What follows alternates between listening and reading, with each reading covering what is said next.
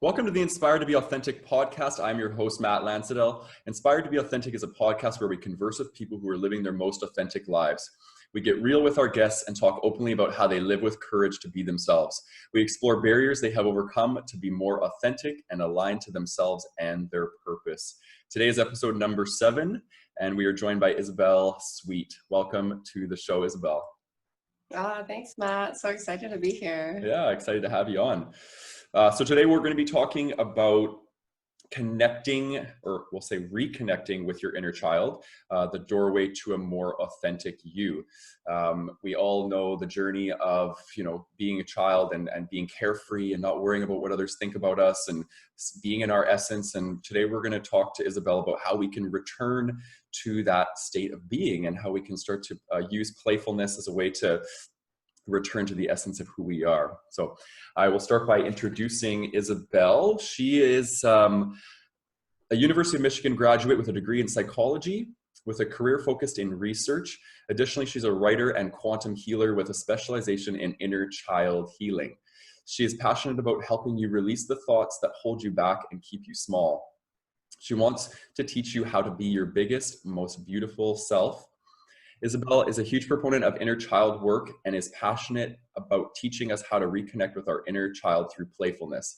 IzaBelle is preparing to publish her new book, Adult Kindergarten, Reschooling the Inner Child, to be published by Hay House in June 2022. Awesome. So excited to have you join today because inner child work is so important in our pursuit of authenticity. Why don't we start by just kind of exploring your purpose? What gets you out of bed each morning? Let's talk about that. Yeah.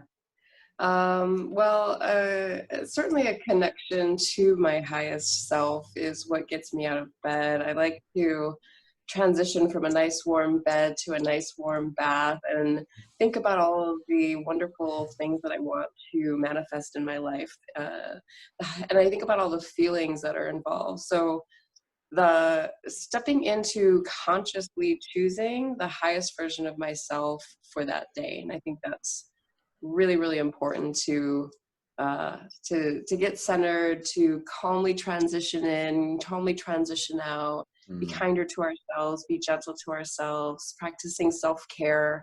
My warm bath is just something that I enjoy doing. So I make that one of the first things that I do every day. Nice. It might very well be different, yoga or meditation or whatever, works well for you personally. Yeah. Is really the focus of what we should do to be kind to ourselves, to be loving to ourselves, to choose ourselves first. Yeah, I like that. How did you get into doing inner child work? Well, I happen to have chosen a life path that involved a narcissistic mother. And yeah, that was a fun choice. And so I was very much told that there was something wrong with me because, you know much about narcissists, they don't like to take responsibility for themselves or anything. So I very much believed that there was something wrong with me for much of my life, and that if only I could fix it, if only I could be thinner and smarter and prettier, and if only I was different than who I was, then I would be lovable and then I would be okay. So luckily I connected with an amazing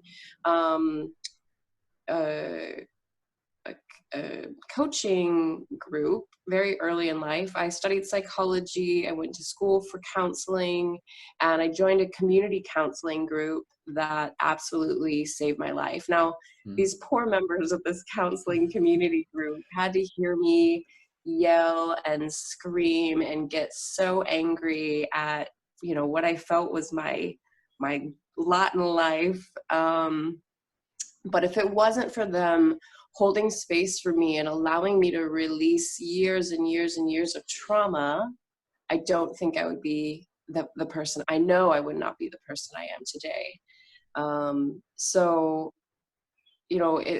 Getting into inner child work was a lot about finding out at first, what was wrong with me and releasing. And then luckily I believe, of course, when the student asks, the teacher arrives, that saying. And so, yeah, that the healing of all of the beliefs, the false beliefs that I was holding about myself and about my mother, and allowing those to release one by one by one. And it was a good 10-year process of me Mm, releasing all of that. I bet. So I don't want to make it seem as though it should happen overnight or that it's easy. I very much, everybody's pace is going to be their own. Some people it may be overnight, but Mhm. some people like myself, it took 10 years. And I'm still finding stuff, like, Yeah, I'm sure that when you do the work, there's more to find and do. exactly. Yeah. How did it, those experiences shape who you are today? Because you said it's helped define who you are today. How did that take place? Well, the practice in this community counseling group called co-counseling was very much rooted in seeing somebody as good to the core, and they hold space for you, and they challenge the automatic thought processes that we typically have.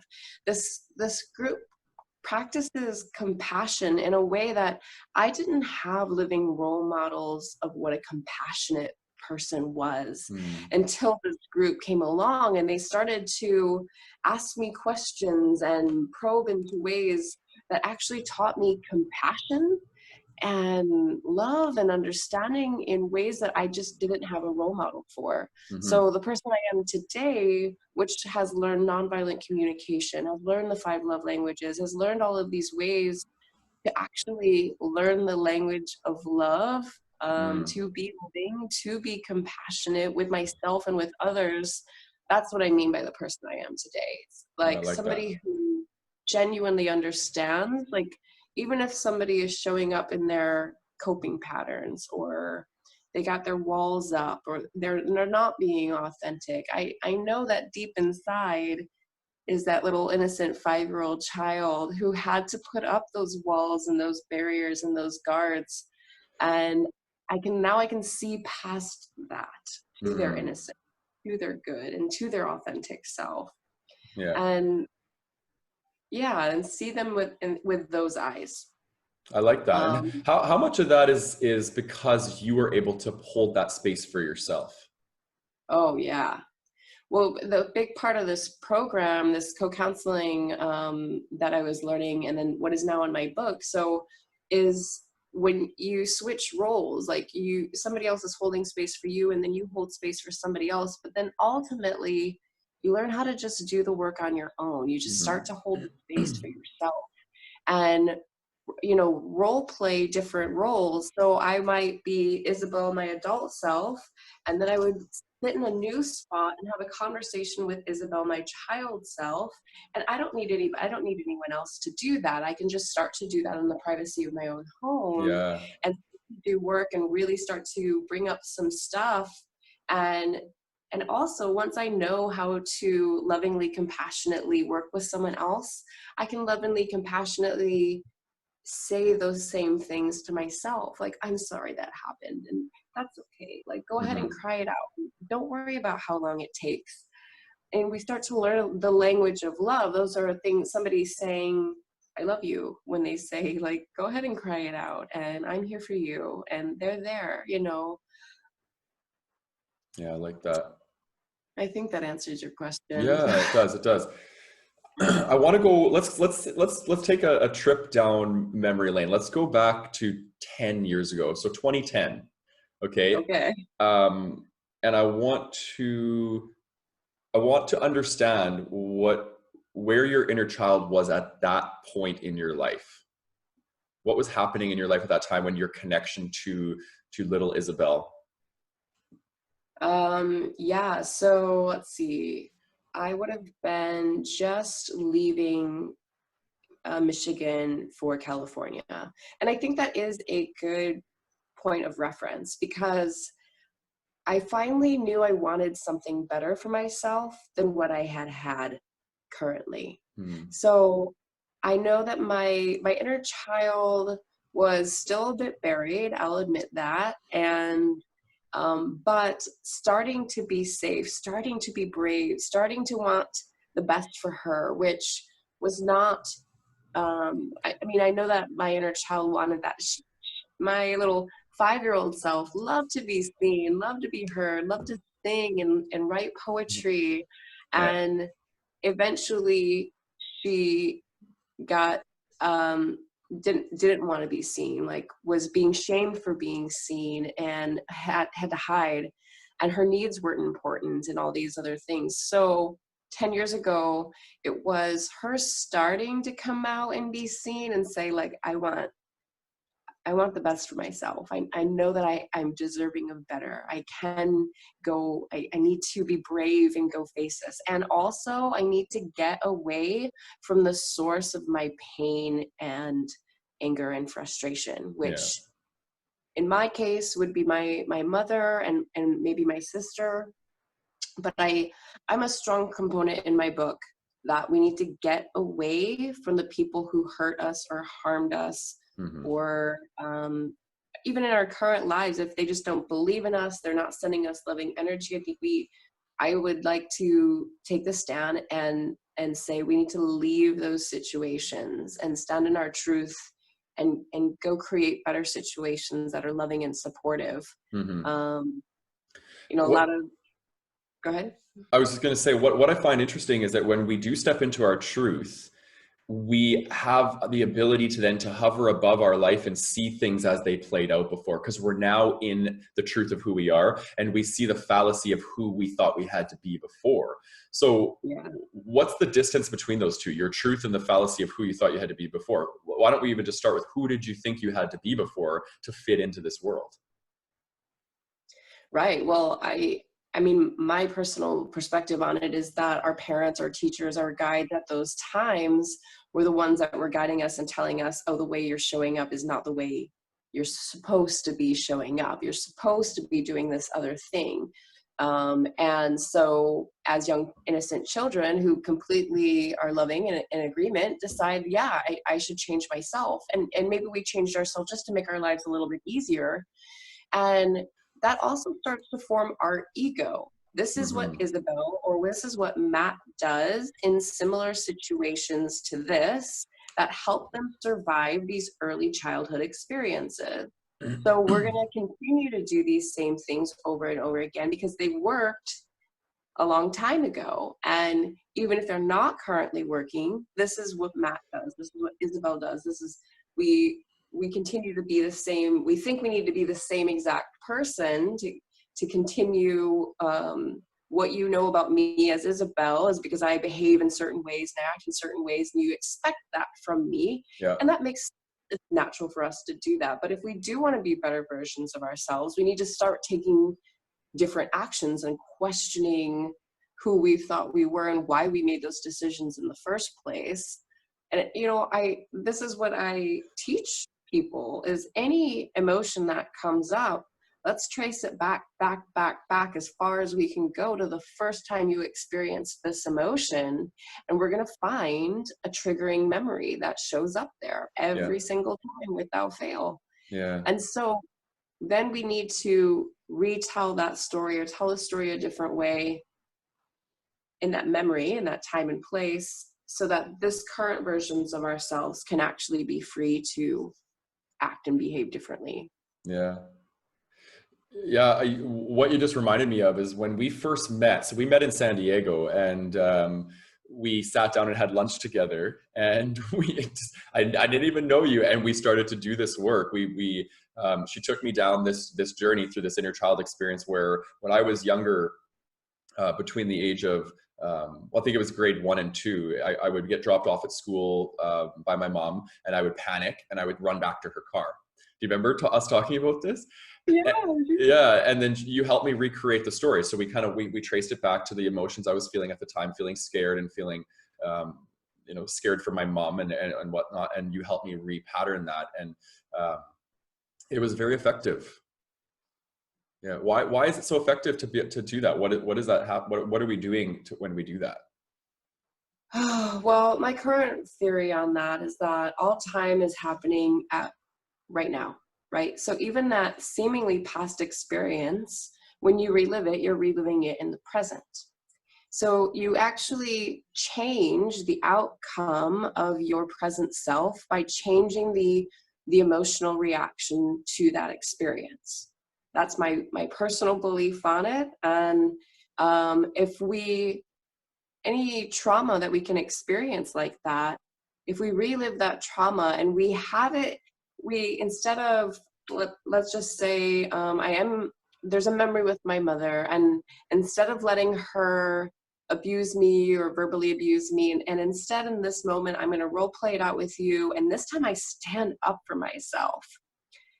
There's a change that happens in me that now like is a little bolder, is a little different. It's changing our emotional response to those same triggering situations. And we now have an option to act differently, to behave differently. And we just practice it. Like with you and I, when we go back in that past memory and we practice it, we now know we're capable of that. Yeah. And we can choose it in future situations. So yeah, that's my theory. I don't know. Yeah. Oh, I like it. I like it. So we took a little bit of a detour. So we talked a bit about your, the fallacy of who you thought you had to be to fit into the world. And what about now, like being in your truth? How have you made that journey from this person over into being able to stand in this strong female energy that you exude?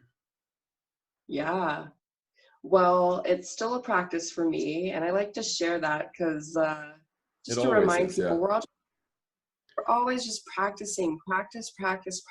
And when we were kids, it was so easy to remember that we're just practicing, and everybody understood, like, okay, you're just practicing your instrument, you're just practicing soccer, you're just practicing mathematics. Yeah. And then at a certain point in life, somebody thinks we don't have to practice anymore, and we do. And so as I began this, what do I practice stepping into the highest version of myself every single day. And so I believe that just as we were talking about, we kind of change the course of our lives based on how we start to feel and believe the thoughts we think, and the beliefs that we have about ourselves. And so I now choose deliberately the highest version of myself, and that's going to be unique for each and every one of us. And for me, I've chosen the goddess format as my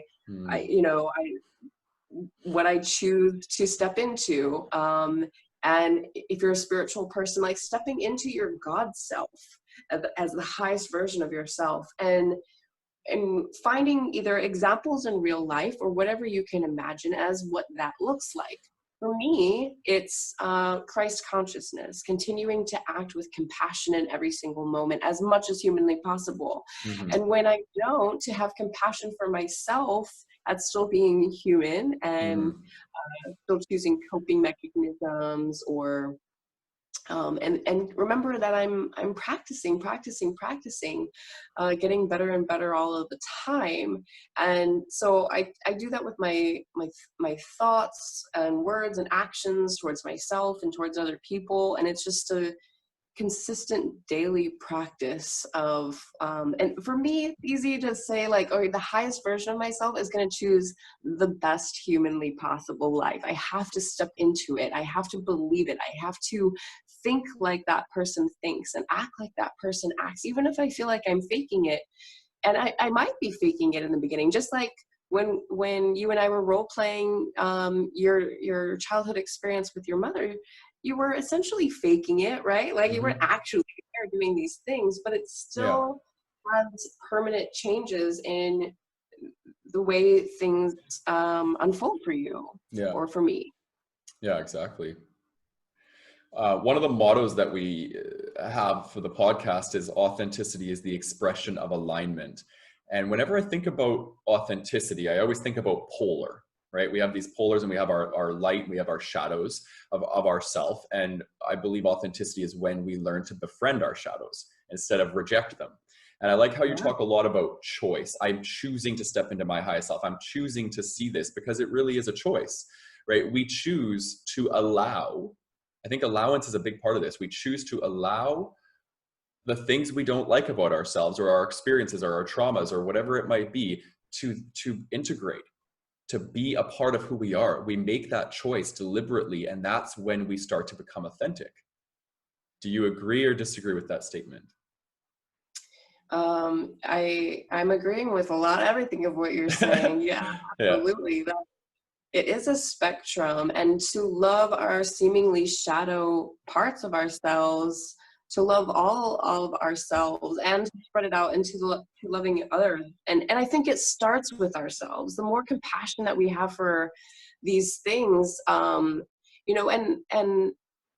as a speaker and doing this work, that's especially what I want to share. It's like, look, I used to smoke cigarettes. I used to drink alcohol. I used to be very promiscuous. I used to uh, do whatever I did. However, I loved all of those parts of myself because I know that that person was just coping with the situation as best they could. Yeah. I was trying to find love, and I didn't know any better way of going about it than being promiscuous. I was trying to cope with the emotional trauma by like smoking cigarettes either, and I find myself, cigarettes have other benefits outside of just smoking. You can get away from somebody, you can make new friends with somebody, you have like, so these coping mechanisms, these shadowy sides of ourselves that we hide or don't think well of, we need to look into those and find out, like, how has that actually really helped me and benefited me. Exactly.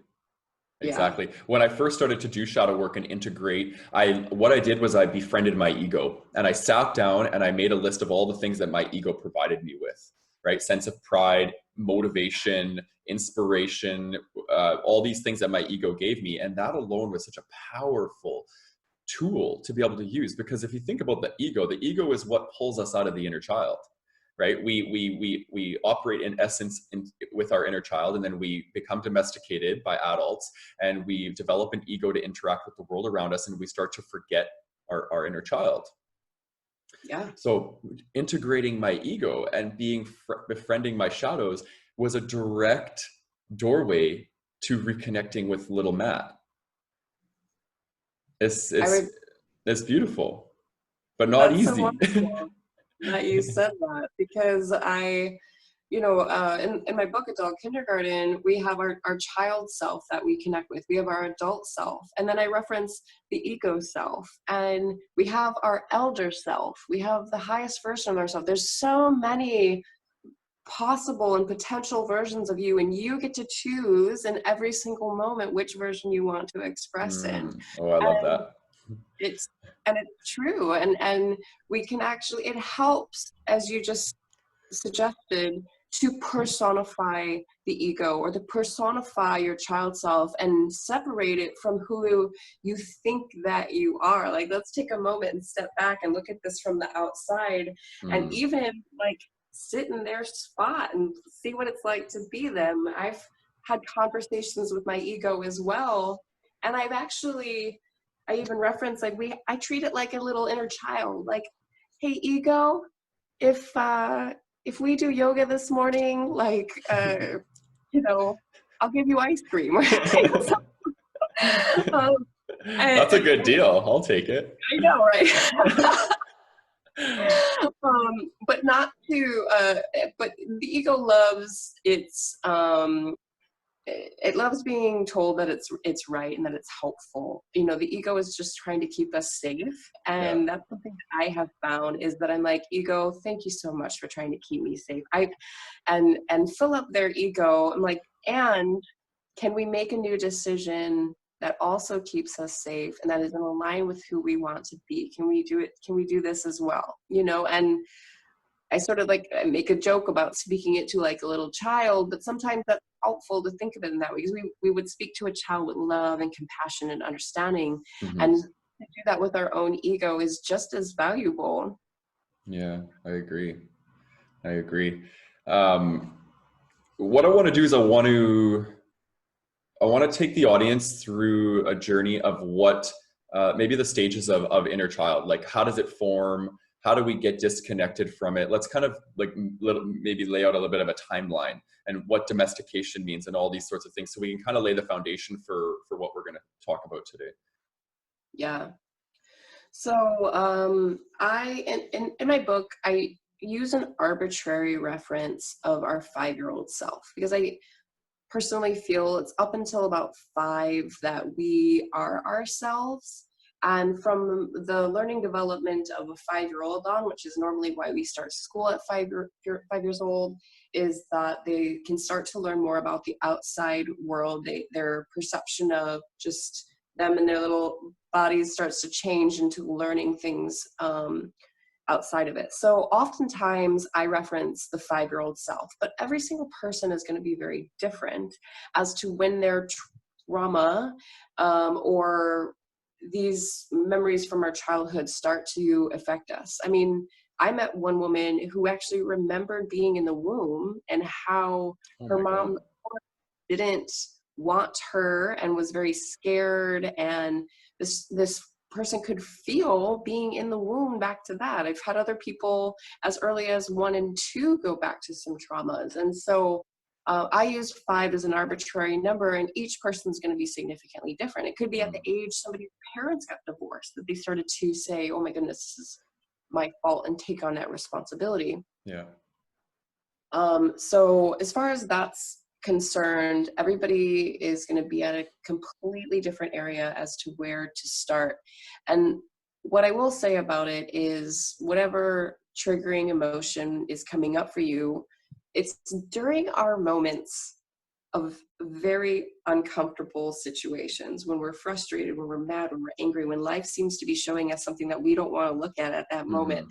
That is actually the best time to do inner child work, because I agree. that highly emotional state is showing you exactly where your wound is. That's the time to ask, when did this actually start? Why am I reacting this way right now in this time and space? Let's go back. When did I first feel this way? And we'll be able to find it. Yeah. Yeah, I think I'll share an example, because I think to give people an understanding about a trigger. So for myself, growing up gay, I always was worried about people accepting me. Okay, and acceptance is tied into belonging. So a lot of my core wounds were around belonging and feeling like I didn't belong. So I learned very, very quickly to hide aspects of myself so no one would find out that I'm gay. So a very strong trigger for me is rejection, right? Or when somebody doesn't make me feel included in something, because that's a very strong experience that I had, and my inner child felt that very strongly. So it wasn't until I started to experience things like in my intimate relationships, people saying no, right? Like, or giving me no's. And that's where we have to be good at accepting no, because we're not honoring somebody else's experience if we're not able to accept no. But I took it as a personal attack on myself, or maybe that I was defective or not lovable when somebody would reject me and not, give me a yes. So is that kind of what you're talking about? Oh yeah, that's a great example of that. Absolutely. Yeah. So I really do believe that our triggers hold the gold for our healing. I literally call it the treasure and the trigger. The treasure and the trigger. I like that. The gold and the trigger. Yeah. Perfect. Yeah, absolutely. And, to what, I also personally say it's the gift of criticism. Like, somewhat on your no is if somebody is rejecting you, that criticism is actually, if you're triggered by it, there's some truth in there. There's something to be done with Definitely. it. And if somebody gives you a criticism, if I say, Matt, you are a totally stinky purple elephant fart face, and you laugh it off because you very well know that's not true. Not Yeah. true. Right. Yeah. And no trauma experience whatsoever. But if I actually said something, no one likes you, Matt, you gay bag. Like and you felt some truth to that. Exactly. Yeah. That's where you're triggered, right? Yeah. I like that, because it gives you the insights into what you need to focus on. But a lot of people, I think, have the experience of when they feel triggered, they either repress it or they distract themselves from it. And that's where we get stunted in our growth. right? Because we're Yeah. not willing to sit with that. So what's maybe a strategy that you can help the audience work with their triggers instead of feel the need to run from them? Yeah. So to really feel it into your body, like, where am I feeling this? Start to go inward, rather than get angry or upset at the other person. Hmm.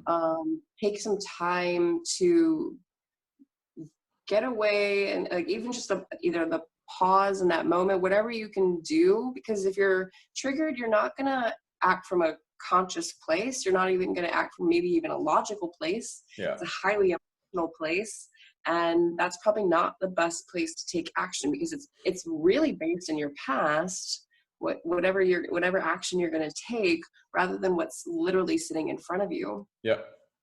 I would say to take a pause, get centered with yourself, and start to, like, why is this bothering me so much? I would often, like, of course I'm still triggered and angry in this life, and I phone a trusted friend, somebody who I know is not judging me, isn't who knows me and knows my intentions, and can truly hear me and see me, so that I feel seen and heard, I feel understood. And that person, if um if they know how to hold space, or they just simply know how to listen, I feel Hmm. as though then I can, like, get to the root of my own issue. Yeah. So that's actually something that I feel like is lacking in this modern world, is how many people can we truly call up in times of emergency, in times of pain, in times of frustration. Yeah.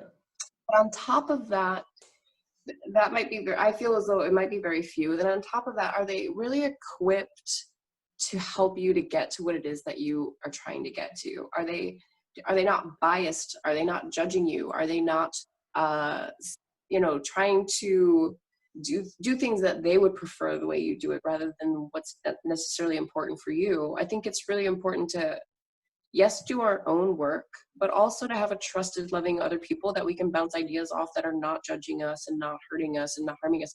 Because there is that initial anger and frustration that needs to be validated. Like, as much as I journal, as much as I can Hmm. do my own work, there is something about being seen and heard by somebody else who genuinely cares, who genuinely understands, Yeah. and also wants the best for you. I agree. Yeah. So, of course, we can help a multiple of ways. We can journal. We can uh, get angry at ourselves. We can do this role playing thing. But honestly, I think the best one is having somebody who truly loves, truly understands, truly is listening and seeing you, and helping you to get to your own shit, and Hmm. not trying to push their agenda, their beliefs. I mean, they might offer suggestions, like, that would still be like, here's what I would do, or can I offer a suggestion? They offer things, but without imposing it on somebody else. And not a lot of people know how to be that person. Yeah. And that's what I would like to help train people to do, to be a trusted listener, to hold space. That's Um, big. so to to answer your question, I think, there's a lot of ways that we can handle that, but I think love is the best way to handle that, to truly Yeah. be loved, being who Yeah. you are. Yeah, I agree. And I think what stands out for me, what you just said, is something that Matt Kahn taught me. And it's whenever we're feeling triggered or we're feeling angry, it's a sign that we need space. And you said that's the very first thing you said, is take some time for yourself and go inside, because oftentimes what ends up happening is when we become triggered, we displace.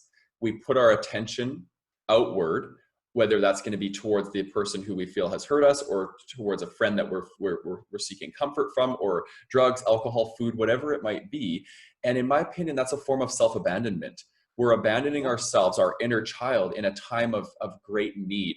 And I think when we're feeling triggered or we're feeling angry, one of the best things we can do is return home and just sit Yeah. with ourselves and breathe into that anger and allow that energy to move. And right there in that alone, we're alleviating so many fears, right? Fear of not belonging, fear of not being accepted, fear of abandonment. All of those revolve around you not being there for you, right? And inner child work in my experience has been about how I can return home to myself and hold space for me. Then once I do that, I can move out into the world and I can seek the support of a friend or the support of whoever, because I've tended to myself, and now I'm needing somebody else to tend to me, which is, they're both equally important, right? To hold yourself and to allow yourself to be held by another. Such a beautiful balance in the healing journey. I love how you just said that. You said it much more succinct than I just did. And I think that's absolutely right. Or, you know, yeah, to get that balance. So first, take that time for yourself, and then to actually ask for help and ask for support. That's what a healthy person does. Yeah. Outside of choosing, you're right, those coping mechanisms that further deny and suppress what's actually going on, Yeah. you know, to ask for help is a huge bravery. And you know, our little child selves, they used to ask for help all the time. They knew that they didn't know how to do something, and they had no problem asking for help. And it was only when they got eventually, I'm too busy, I don't have time for this, or, you know, shut down, that they had to learn other ways to deal with whatever they were dealing with. But yeah, so I love what you just shared. Yeah, thank you. Thank you. One of the strategies that I use for people when they're triggering me, other than going in myself, is I picture their inner child. I picture them at 5 years old. And it's such a beautiful thing, because I can personify somebody. I can look at them and I can immediately look at them and being little and small and cute. And I'm like, it's a great way for me to practice compassion and empathy for others. And I actually just had that moment with you when I was watching you speak. I was like, I could picture this little version of you. Can you introduce us to little IzaBelle? Just tell us a bit about her. Yeah, exactly. I love that you share that. I share that in my book. Whenever I see somebody just being a stinky poop head, I just imagine their little 5-year-old self. And you know, we know that little 5-year-olds aren't doing something intentionally to hurt us. We know that dogs and pets and animals aren't doing something intentionally to hurt us. And sometimes we take that same perspective with other people. Totally so agree. yeah, I several times, I love, in my book, I talk about throwing a temper tantrum. So this is one way that you can go inward when you're upset or frustrated with something. And I'm literally like, I don't want to do this thing. And the bed is an especially good place to let out some anger and frustration. I had a roommate situation recently, and my higher self had the suggestion of, like, write several things that you like about this person. And before I could write this list, my little child was like, stinky, poopy head. I don't like her at all. And my higher self was kind of like, girl, you could be mad. You can be mad all you want. Go ahead, like, let it all out. And eventually, after throwing my temper tantrum, I knew what to do, which was to write this list. And even though I was still, like, almost like my teenage self showed up, like, fine, she doesn't know, stinky, right? Like, and I allowed all those parts of myself to show up and express, and let that just be okay. And, you know, I say this because sometimes I'm like I'm not above it, where I'm like, okay, I do have to act like a little child in this moment and throw my little temper tantrum and let it go. Like, just be it and do it. Even as much as I would like to think that I'm, like, above it, like, okay, I don't have to have these, you know, angry emotions or whatever. But as soon as I just allow myself, just allow yourself to get angry, you know, give yourself permission, Exactly. be human, and just allow yourself to have all of those.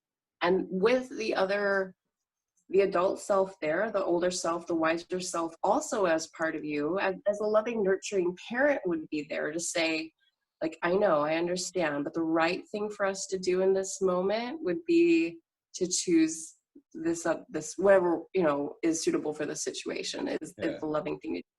But to almost, like, hold space for that child as they're crying and upset, like, I know it's going to get better. It's going to get better. So yeah, like, I don't like to think that I'm above pulling out my inner child in times of need. It's actually quite fun. Yeah. And like, I literally was like, she's a stinky face, and laughed at myself at like, something we wouldn't say anymore is it, because, we're adults and we're not supposed to. And Yeah. d- yeah, and I think there's, yeah, throwing a temper tantrum, using your bedroom, your private room, your car, to just allow yourself. It's like, what's great about the co-counseling thing that I did is separate from adult kindergarten, because in adult kindergarten, we become the child self, and there's a level of permission then to go ahead and let loose, and that I feel is really important. um I don't hopefully that answered your question. I Yeah, don't yeah, it did.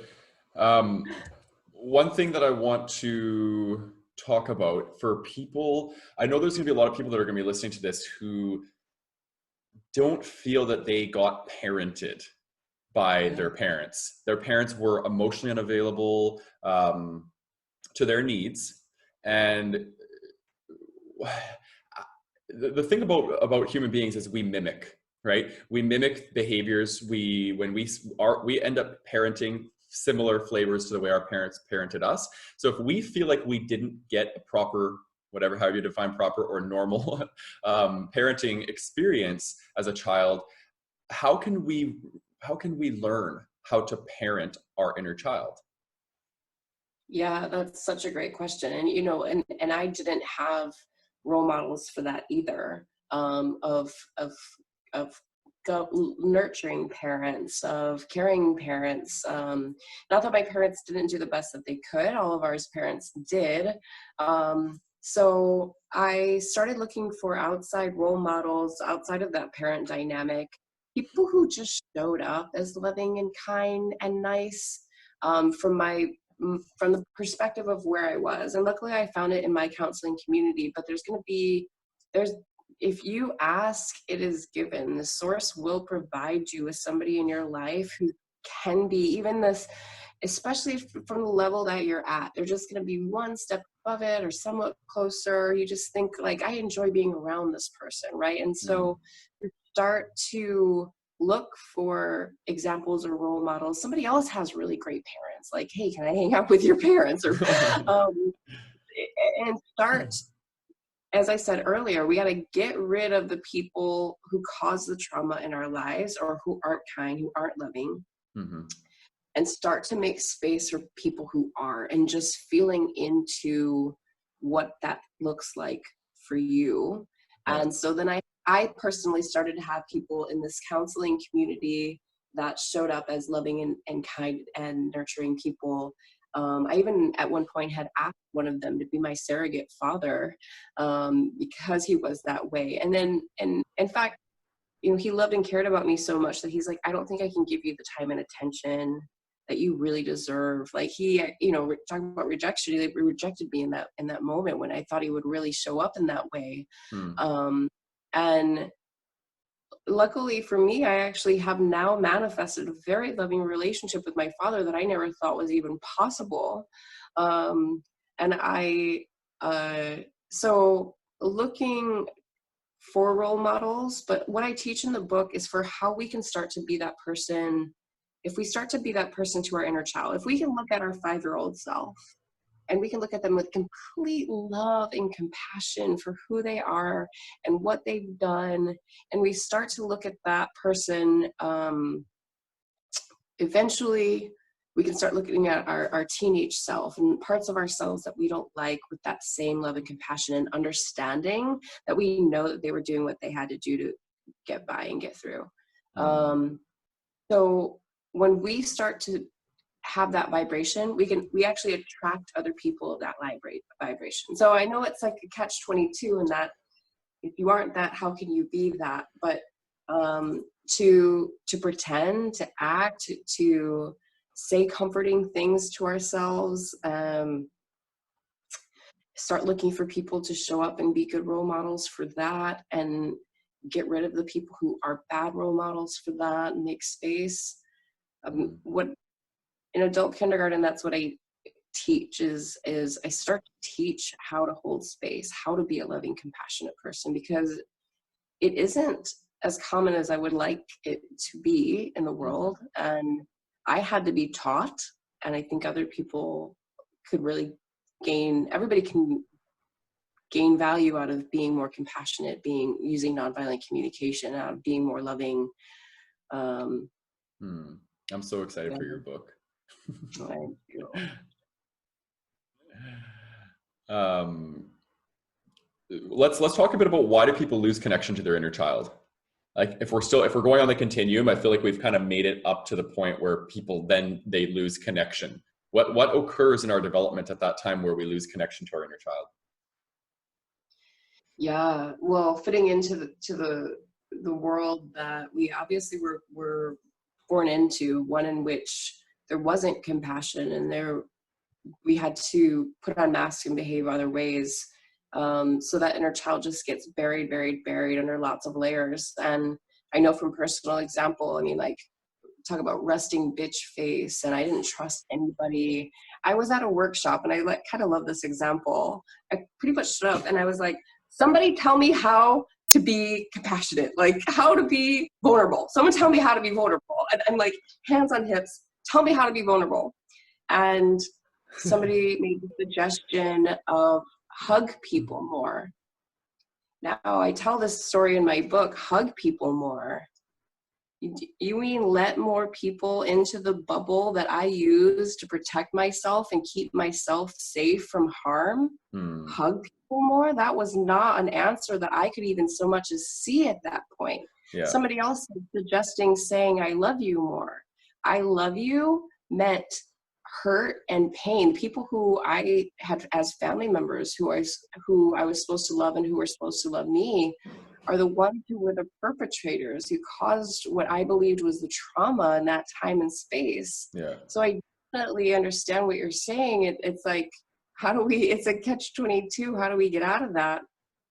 And so I started looking for behaviors of kind, loving people and people around me. And I had to start seeing it because I was blind. Even if somebody acted with love and compassion, even if they extended their hand to me, I was so guarded and so blocked because people were so unsafe for such a long time that I couldn't even see their open hand as help. So I definitely know the depths of how far down you can go in that, like, you just, there's a point where you can't even see these things, that people behaving in loving ways, you will literally interpret it differently. Yeah. So starting to feel into, like, I'm miserable all the time, or I'm angry all the time, or like these negative feelings that we don't want to experience are actually our guideways to getting back to that. And I don't think there's any one path for anyone. I think adult kindergarten will help us select certain people. Tony Robbins helps us select certain people. You know, our mentors will show up for us when we need them. And there is, as sort of what you're suggesting, is it's like we have to be asking for help. We have to be seeking it. We have to understand that there is a problem. You know, there's stages to, like even chemical dependency. Denial is one of those stages, right? And so if we don't think we have a problem, then there's nothing wrong. So then the first step is acknowledging that we might have a problem. Yeah. And then starting to seek help and seek it from other people. And there is, if you believe there is a way, then the way will show it to you. Yeah. I like that. It's really, vulnerability is such a challenging thing for so many people, right?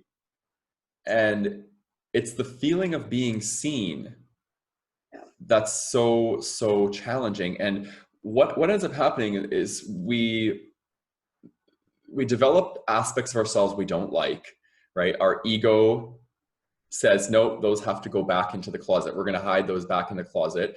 And vulnerability is about opening up the door and allowing those things to come out and allowing to tell the story of who you are in entirety, in bringing forth all aspects of your being. But what prevents people from doing that is a lack of acceptance of those things for themselves. So vulnerability isn't about putting yourself out there and requiring acceptance from others, right? That's trying to fit in, right? True belonging is about belonging to yourself first by loving the things that you've been taught to not love about yourself. And therefore, then you can step into the ring of vulnerability and allow yourself to be seen. So it's like, a lot of times we're going at it the wrong way. We're going at it by seeking approval of who we are from other people, and then we can approve of ourselves. But it's actually the other way around. Would you agree with that? I don't, well, I think I do want to agree with you, and I also want to add something else. So Sure. certainly that, okay, if I were to say that I'm gay and I am really scared to share that with somebody, and then I decide to be vulnerable and I share it with somebody, and then they throw it in my face or they make me feel really bad about it, right? Like Yeah. there I was trying to be vulnerable, and then the outside world, somebody showed up and said, nope, that's wrong, and go and reinforce the hiding again. Yeah. So it is a real act of bravery to be vulnerable, but I also think there's some discernment that needs to happen. And so one of the things I talk about is I didn't even know what a trusting, loving person looked like. So when I was being scared or was being vulnerable, I was sharing it with the wrong people because I didn't have examples of what a loving person was. Yeah. And so eventually I had to start finding those and knowing who to entrust my secrets, my vulnerabilities to. So I do agree. And I also think that there is something about being able to share it with another person in a safe way. Yeah. That, to come out and be gay, there's a lot of, it's very helpful to be in a gay community, to be around other people who support that.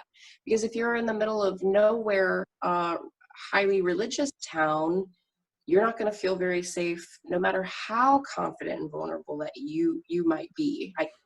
I don't know for sure, but I know from my own personal experiences, being around other people who know me, love me, get me as well, then I can feel safer to be who it is that I am. So it's a combination. I do believe it's a combination of the two. Yeah. Yeah. And it's always that case, right? The older I'm getting and the wiser I'm getting and the more spiritual I'm getting, I like to make my home in the gray, right? Nothing is ever black and white in this world. And the more we make black and white, the more we separate ourselves from love and from God, right? So it's about allowing yourself to be in that place of balance and being able to see both sides, right? Every side has validity to it and every side has invalidity to it. So it's about looking at, okay, how can I walk this line as tightly as I can, right? Because we're human beings, we're always going to be swinging back and forth, but how can I try my best to walk that line of being balanced? It's important. Yeah. Yeah. So a lot of what we talked about is allowance and expression. You've said those words several times in talking today. How important is allowance or expression of who you are to inner child work? Oh, I think it's actually getting to the root of who you actually are. What I love about doing inner child work is our 5-year-old self. What did they love to play? What did they love to do? What did they love? We're all so unique. How do we come into the world? We have all of these unique things. What dinosaur do you like? Because it's specific to you, right? And Yeah. and so our inner child was completely okay with being who they were, completely authentic, and for the most part just didn't give a fuck. And so we can eventually stop giving all these fucks about what other people think and just show up who we are, like our favorite dinosaur, even if no one else does. And that's what's really authentic, right? It's finally saying, this, these are the things I like. These are the things I enjoy. This is what makes me uniquely me. And everyone else is playing too, right? Mm-hmm. And I think um, I the gay world is such a fun, easy example in that if there is a parent that, say, didn't accept somebody for their gayness, I think that's the role that you came in and showed up in this world to do. Not maybe you personally, but if somebody's parent isn't acting loving by saying being gay is wrong or bad, and the kid ends up being gay, what a great spiritual play that gets to play out, because here's somebody who, you must love your child. How I don't know a single parent who although I'm sure they exist, Yeah. Yeah. doesn't love their child, and yet they're very conflicted in this very obvious and blatant way. And so I think we're all spiritually here to help us see our demons and see those things, and to grow. I think it's a very symbiotic relationship in which you're here to help me and I'm here to help you, and we had these agreements far before we got here. Yeah. And so even our shadows, even these things that we don't want to look at, I personally think we put those there so that we can learn the lessons that we needed to learn. But it is about learning the lessons. It's about seeing the good in it. It's about seeing how it's actually still filled with love. Mm-hmm. And then as we see that everything that was happening was actually happening from a place of love. Always. Always, Always. yeah. And Yeah, then our suffering is an instrument that's used to bring us closer to love, yeah, because it's breaking absolutely. us down. Suffering breaks down the ego. It unravels the ego, and the ego is the mechanism that we have built in between us and togetherness and love and unity and oneness. That's the only thing that's separating us. And suffering is the tool used to destruct our ego. But through the suffering, we also have to learn to love our ego, not reject it. And that's the beautiful thing about shadow work. It's about integration, right? Allowing it to become one. Because Yes, the ego is really just an extension of the soul. It's energy that we've yeah. created, we've created this energetic body of who we are. And when we reclaim that, it just integrates back into the soul, and we become one, and we get that feeling of unity consciousness, which everybody is kind of working their way towards on the spiritual journey, right? I love that you just brought that up. And I bring that up at the very end of my book, is even though I'm suggesting we personify our child self, we personify our ego self, we personify our elder self, uh, to actually bring those all into one, what I consider the highest version of ourselves, and love each of those parts and what they contribute and what they bring to us, um, and say, I love all of it. And then we are authentic. We are one. We are at least one within ourselves. And once we become one within ourselves and we're overflowing with this love and this understanding, it's so much easier to be loving and compassionate to other people. Yeah. And so back to your point earlier, like when you are triggered, to go inward first, and then we can take it to somebody else. And I think that is the dance that the ups and the downs, the highs and the lows, that are there for us to play in. Mm-hmm. Yeah. Yeah, I agree. So something that I do with all my guests, we're going to do a little bit backwards today. So we're going to start with this is me tip of the week, or tip of the episode, we'll call it. So this is me is something that I teach. It's about putting your hand on your heart and saying, this is me. It's about self-ownership, right? I feel like we're at a place in humanity right now where we're moving from self-acceptance, which is like, yeah, I don't like these things about myself, but I'm going to accept them. And self-ownership is about holding a container of love for yourself and just being proud of every aspect of who you are. So what's one tip that you can share with the audience that's going to help them step into self-ownership and just owning who they are? Mm. I like my example of, if we can picture and imagine our little 5-year-old self, and really look at them and really see them and understand how good they are, and know that they're completely good to the core. I think that when we practice that compassion with ourselves, we can practice it so much more with other people. So we have it within us to look at our little innocent 5-year-old selves and unconditionally love this person. I don't think there is a condition that your little 5-year-old self had that you could not completely love it. So it is within you to be completely loving and compassionate. And we can start there. We can start with our little 5-year-old selves, and we can start to work our way up, and we can start to work our way out. Yeah. Sorry, what was the question again, just so I I'm like answering that. it? No, yeah, you basically already answered it. You're good. You're good. It was just, this is me. How can we, what's one tip that you can share with people to help them own who they are? Yeah. I think that's perfect. That's starting at the roots. Yeah. Which is why I like it, right? Because sometimes it's like, okay, I've had lots of guests provide some really great examples, but some of them may be out of reach for people, right? So it's like, how can we start with just the basic core of who we are and move outward from there? Some people need to move out and come in, and maybe the 5-year-old self-love is going to be the last stop on their journey. So I really think it's about what's going to meet the need for each people. So Absolutely. Yeah.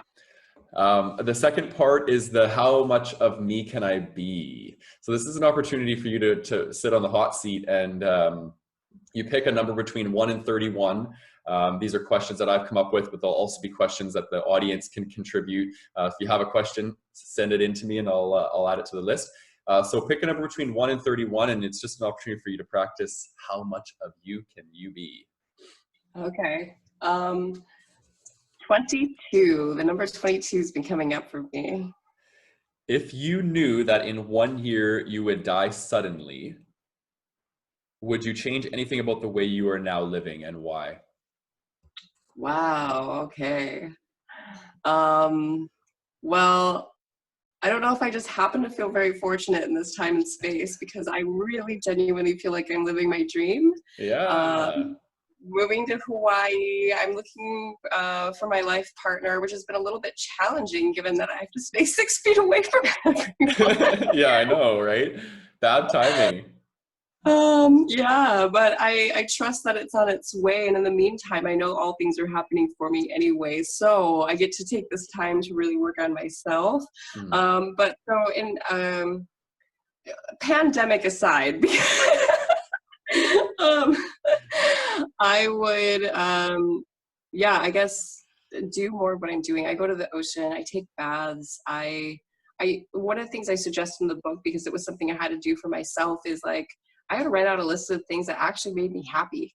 Yeah. I didn't know for a very long time. It wasn't until very recently that I'm like, shit, I don't know what makes me happy. Yeah. And do those every day. Do them as much as possible. Do as many as you can. And in my book, I suggest, like, there's a list of free ones. There's a list of moderately expensive ones. There's big ticket items that we want to do. And do the free ones or the moderate ones as much and as frequently and as often as possible. Yeah. So for me, it's taking a bath. It's going to the beach. It's having my hair done, having my nails done, being pampered, getting a massage, and that. So there's not too much different. I would manifest two very hot, sexy men for me to enjoy the last year of my life with. You're hilarious. Yeah. One yin and one yang. You can have the best of both worlds. Yes. No shame in my game. Yeah, exactly. That's amazing. This is a fantasy that we're experiencing, right? So Yeah. Yeah.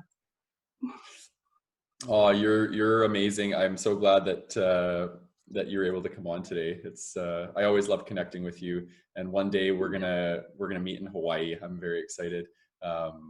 IzaBelle's in Hawaii, I'm in Vietnam, so we're actually 17 hours apart right now and in time zone. So we had to really find a time that worked for both of us. I'm glad you made it work. And thank God we've had good Wi-Fi up to this point. So so how can people connect with you if they want to learn more about you, your story, your book, all that sort of stuff? How can they connect with you? Yeah, absolutely. So Adult Kindergarten book is available on Facebook or on Instagram. that would be the best way to get connected, because then I can, I send the positive inspirational things, little notes to your inner child, things that we may not remember. And then eventually there's going to be links to the Hay House book on there. You can go to my website, IzaBelleSweet.com. Following me on social media would be the best way at this time and space, to stay up to date on what's happening with the book, when it's going to come out, how to get your signed copy, also notes to your inner child, and other inspirational things that that I think are really useful to remember. Kind notes to ourselves, like saying kind words, and actually I have quite a bit of information as well on what these childhood trauma things actually do to the mind and to the body. I think, now's a really great time to start looking at this, because we're really realizing what these traumas are doing to us. And so, yeah, following me on social media would be the best way. Yeah, I've been following you on social media since we met about a year ago, and there's been so many little gems that I've taken out of your work and our interactions and whatnot. You're very, very wise, and you have such a beautiful heart. So her teachings really are energy. Like when I connect with you and when I read your messages, it's an energy that I feel. So it's really, really cool. You're very connected.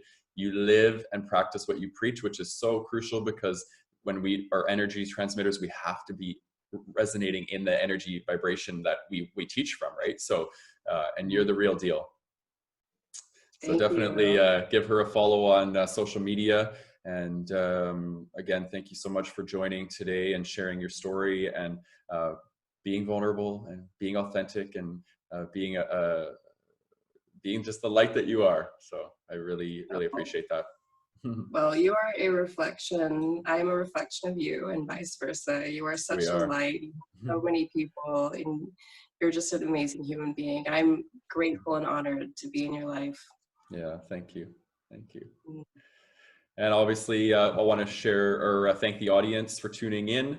Episode 7, I'm getting better and better as we go here. It's super fun. I'm really happy I'm getting to do this and share these amazing interactions publicly with people. So yeah, please leave your comments, review, subscribe to the podcast, and looking forward to the next episode. Have a beautiful day, everybody.